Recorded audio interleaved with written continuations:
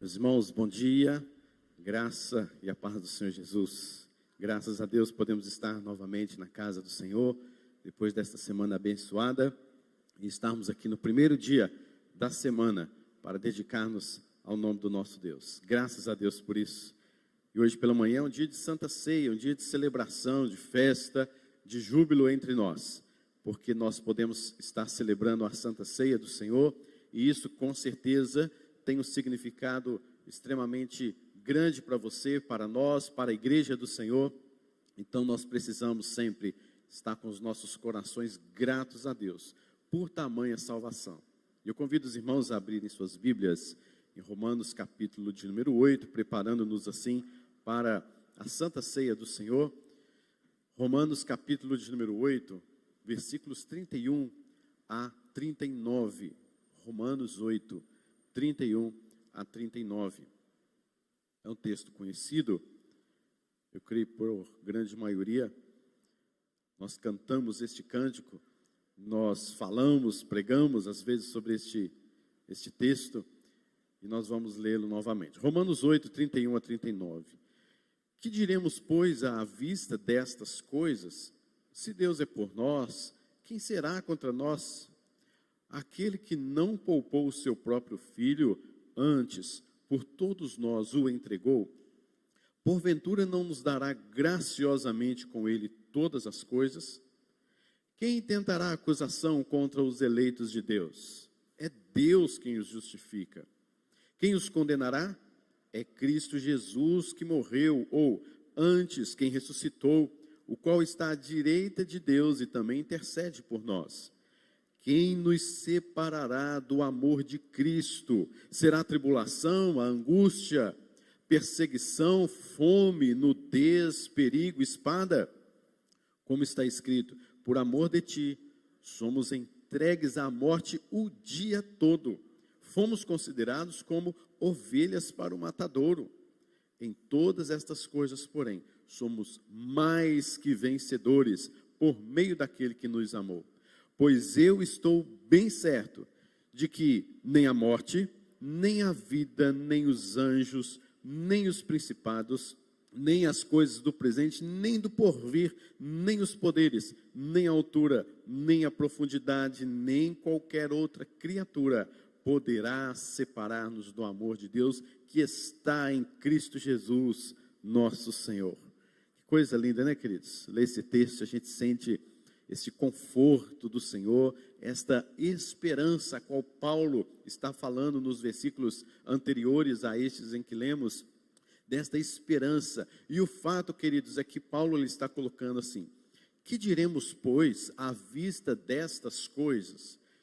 Que coisas são essas? Então a gente vai para o versículo anterior, nos versículos 29 e 30, onde ele nos diz: porquanto aos que de antemão conheceu, aliás, vamos começar no 28, sabemos que todas as coisas cooperam para o bem daqueles que amam a Deus, daqueles que são chamados segundo o seu propósito. Porquanto aos que de antemão conheceu, também os predestinou para serem conformes à imagem de seu Filho, a fim de que ele seja o primogênito entre muitos irmãos. E aos que predestinou, a esses também chamou. E aos que chamou, a esses também justificou. E ao que justificou, a esses também glorificou. E que diremos então à vista destas coisas? Se Deus é por nós, quem será contra nós? Meus irmãos, Deus ele nos chamou com santa vocação. E quando ele nos chamou, isso é o fato já, é resultado da nossa predestinação, feita e realizada, concretizada antes da fundação do mundo. E dentro desta predestinação, ele também tendo nos chamado assim no espaço, no tempo, ele também nos justificou. E a esses que ele também justificou, a esses também glorificou. À vista destas coisas, queridos, nós podemos só entender o seguinte, que Deus é por nós, porque nós éramos inimigos dele. Nós éramos rebeldes contra ele, nós não damos a ele o verdadeiro culto, nós o rejeitamos. Agora, este Deus todo-poderoso, Criador do céu e da terra, esse Deus que fez todas as coisas conforme o conselho da sua vontade, esse Deus que deveria nos destruir, nos condenar sem nenhuma chance para nós, esse Deus é por nós. E sendo esse Deus por nós, quem será contra nós? Queridos, na verdade, Paulo faz algumas perguntas aqui que elas têm respostas. Esta é a primeira pergunta. Que diremos, pois, à vista destas coisas? Não há nada o que falarmos, apenas nos submetermos, apenas nos prostrarmos diante de Deus e falar quão grande é o Senhor, grande é o nome do Senhor para todo sempre. Se Deus é por nós, a segunda pergunta, quem será contra nós? Queridos, contra nós há pessoas também, há coisas também, há o inferno todo contra nós. Há sim coisas contra nós. Paulo não está negando isso. O que Paulo está falando é, o fato de Deus estar conosco, o fato de Deus estar ao nosso favor, tendo Ele nos predestinado, nos chamado, nos justificado e nos glorificado, quem é que vai contra isso? O próprio Satanás não pode ir contra nós. O mundo, as coisas do mundo, ou pessoas que olham para as nossas vidas, não podem mais ir contra nós, porque nós fomos justificados, fomos predestinados, fomos glorificados, justificados por meio de Cristo Jesus. A terceira pergunta que ele faz é, porventura não nos dará graciosamente com ele todas as coisas? O que Paulo está dizendo aqui são coisas assim, do maior para o menor. Paulo está dizendo assim, aquele que nos deu o seu filho, olha só, ele nos deu o seu filho para morrer em nosso lugar, para que todas as nossas dívidas fossem pagas. Agora, se ele deu algo que é maior, que é o seu próprio filho, porventura as coisas menores, ele também não nos daria graciosamente? Graciosamente, é de graça, é pela graça de Jesus, é pela graça, pela bondade e muita misericórdia de Deus. Deus, Ele fez todas as coisas antes da fundação do mundo. O fato de Jesus Cristo ter que morrer na cruz foi algo determinado antes da fundação do mundo. E agora, tudo tendo sido feito, as outras coisas, como por exemplo a nossa herança em Cristo, a graça, a bondade de Deus em nossas vidas, a esperança da sua vinda, a sua proteção, a segurança que temos da nossa salvação, a fé, o arrependimento que brotou em nossas vidas quando soubemos, quando entendemos e conhecemos o projeto e o propósito de Deus. Ele não nos dará isso também? Se Ele deu maior que ao seu Filho, Ele não nos dará essas coisas graciosamente? Quem tentará acusação contra os eleitos de Deus? Esta é a quarta pergunta de Paulo. Meus irmãos, ninguém intentará acusação contra os eleitos de Deus. Porém, porventura, é fato de que existem pessoas, existem coisas. O inferno pode nos acusar e eles têm razão para isso. Há razões para nos acusar, queridos. Há razões para nos condenar. Porque nós pecamos contra Deus. Porque nós fazemos coisas terríveis, coisas que inimagináveis diante da presença de Deus, diante do próximo, no mundo espiritual, nós pecamos contra Deus. Então, acusações, razões para nos acusar, existem, e podem até mesmo nos acusar. Agora, quem é que vai levantar esta acusação contra nós? Se nós fomos justificados, como diz os versículos anteriores. Nós fomos justificados, e uma vez justificados, sabendo que a justificação não é um processo mais válido hoje ou menos válido amanhã, ou vice-versa, mas a justificação é um ato só. Ele nos justificou e pronto. Agora, por mais que se tenha acusações contra nós, quem levantará, quem intentará esta acusação contra nós? Porque Deus já nos justificou. Não temos absolutamente mais nada a ser pago diante de Deus. Porque Deus, Ele já nos predestinou para isso. Deus, Ele nos chamou Para isso, Ele nos santificou, Ele colocou fé e arrependimento em nossos corações, estas coisas que graciosamente Ele nos deu. E agora, queridos, por mais que haja razões para nos acusar, quem é que vai levantar o dedo contra nós? Quem levantará acusação contra os eleitos de Deus? E Ele mesmo responde, dizendo, é Deus quem os justifica.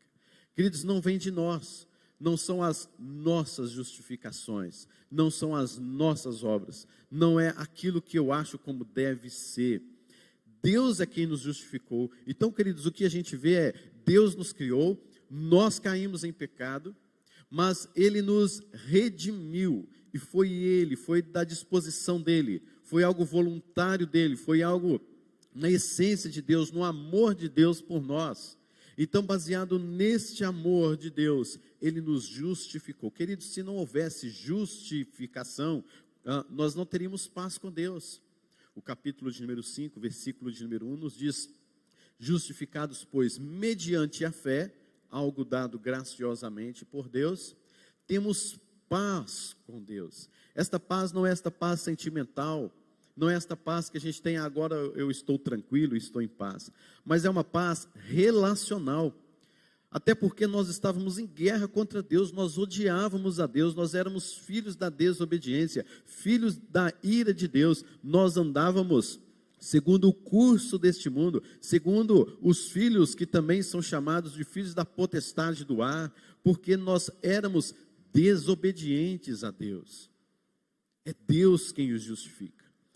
A outra pergunta no versículo de número 34. Quem os condenará? Meus irmãos, razão também nós temos. Pessoas para nos condenar também possui. Porque a condenação, ela é algo que era visível em nossas vidas, para as nossas vidas. Porque, na verdade, há razões sim para nos condenar, porque nós rejeitamos a Deus, nós quebramos os mandamentos, nós desobedecemos a Deus. Quem os condenará? Há pessoas, o nível espiritual, há o inferno todo querendo nos condenar sim. Agora Paulo responde, é Cristo quem morreu. Ou seja, quem morrerá? Quem será condenado aqui entre nós?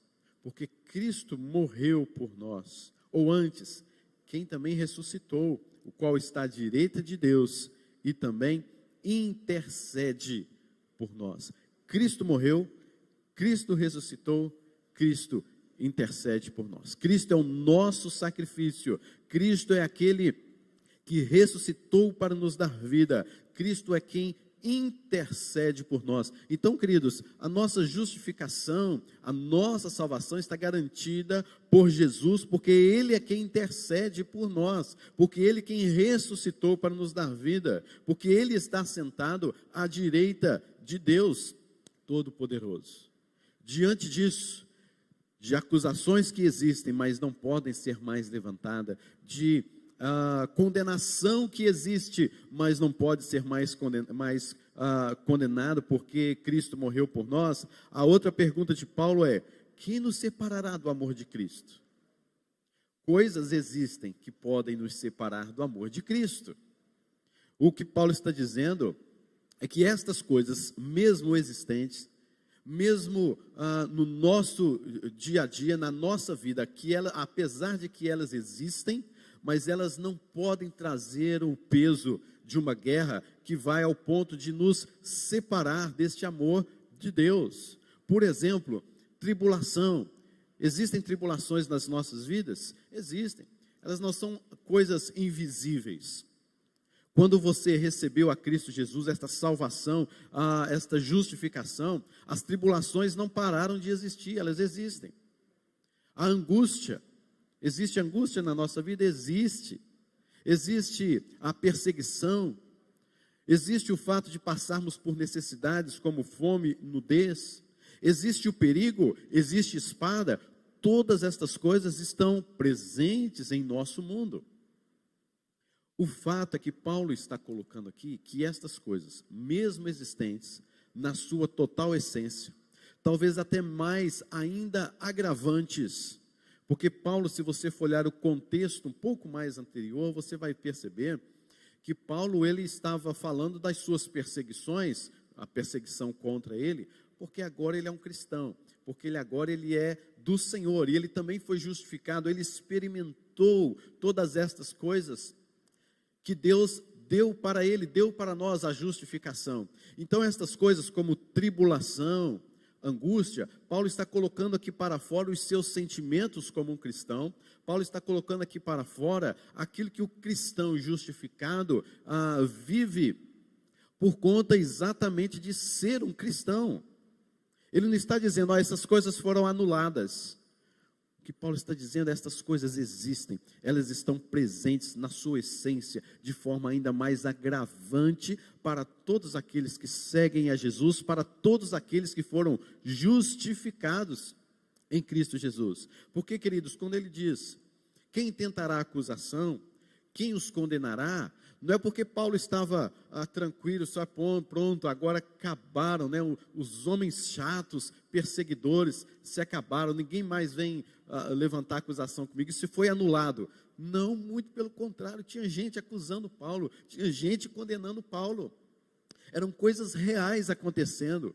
E o que ele está dizendo é, apesar de que isso sejam coisas reais, mas não há a mínima possibilidade de estas coisas reais virem de fato contra mim, porque eu sou justificado. Então as tribulações, a angústia, a perseguição, fome ou nudez, perigo ou espada, estas coisas estão presentes, mas nada destas coisas tem mais o poder, a eficácia de nos separar do amor de Deus.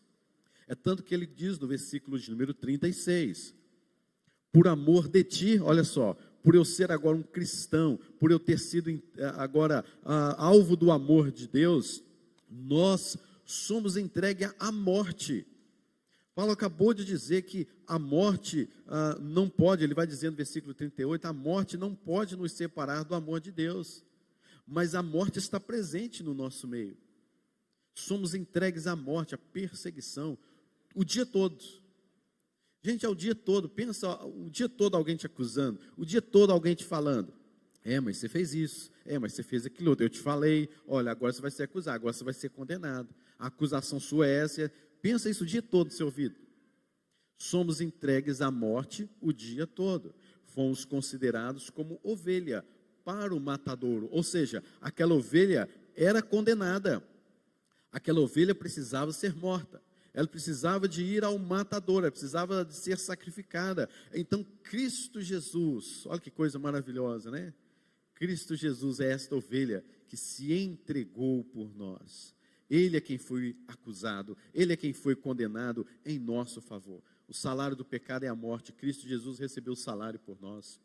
Mas o dom gratuito de Deus é a vida eterna. Cristo Jesus nos deu a vida eterna, porque é somente nele que há a vida eterna. Então Paulo agora no versículo de número 37 começa também a falar as coisas que nós somos mais do que vencedores, por meio daquele que nos amou. Estas coisas existem, estão presentes em nossas vidas, não se assustem com isso, mas o fato é que aqueles que estão em Cristo são mais do que vencedores, por meio daquele que nos amou. Agora, a certeza de Paulo, diante das tribulações que existem, mas que não tem mais a sua eficácia, diante da angústia que existe no cristão, mas ela não tem mais a eficácia de nos separar-nos do amor de Cristo, todo cristão ele tem que ter convicção. Crente sem convicção não é crente, vocês concordam? Eu sou crente, mas quais são as convicções? Tem muitas que eu não tenho. Então tem alguma coisa errada. O fato de você dizer, eu sou crente, leva-nos a pensar que você tem convicção de alguma coisa, ou de algumas coisas. E esta é a convicção de que todo crente tem que ter. Estou bem certo, eu estou bem certo, diante de todas essas parafernálias que existem contra mim, mas que não têm eficácia contra mim, eu estou bem certo. De que nem a morte é a nossa inimiga maior, nem a vida, nem os anjos, principados, coisas do presente. Tem coisas do presente que a gente está tão preocupado, meu Deus, como é que vai ser? Meu Deus, que desespero, como é que eu faço isso? Como é que vai ser agora? Olha, está acontecendo isso, está acontecendo aquilo outro. Queridos, nada há de nos separar do amor de Deus. Nem a morte, nem as coisas do presente, nem as coisas do porvir. Às vezes a gente fica tão preocupado com o futuro, não é assim? Há pessoas, um autor certa vez dizendo, né, que o crente muitas vezes parece que ele está sendo crucificado entre outras duas cruzes. A cruz da direita é coisas do passado, né? Pessoas que se sacrificam hoje no seu presente, porque coisas do passado só vivem do passado e aquela culpa do passado, aqueles problemas do passado. E a outra cruz é a cruz do porvir. A pessoa se sacrificando hoje por causa do seu futuro, por causa das coisas que estão por vir. Altura, profundidade, poderes, nem qualquer outra criatura. Se existisse ET por aí afora, né? Nem isso poderia nos separar do amor de Deus, seja o que for, qualquer outra criatura. Nada pode nos separar do amor de Deus. E esse amor está em Cristo Jesus. E este Cristo Jesus é o nosso Senhor. Queridos, precisamos ser convictos desta verdade. Nós precisamos aprimorar mais estas verdades no nosso coração. Agora, a pergunta primeira de Paulo é essa: diante de tudo isso, que diremos à vista destas coisas? O que nós vamos dizer à vista destas coisas? Se não nos prostrarmos e adorarmos diante de Deus, se não nos quebrantarmos na presença dEle. Porque Deus em Cristo Jesus nos salvou, nos redimiu, nos predestinou antes da fundação do mundo.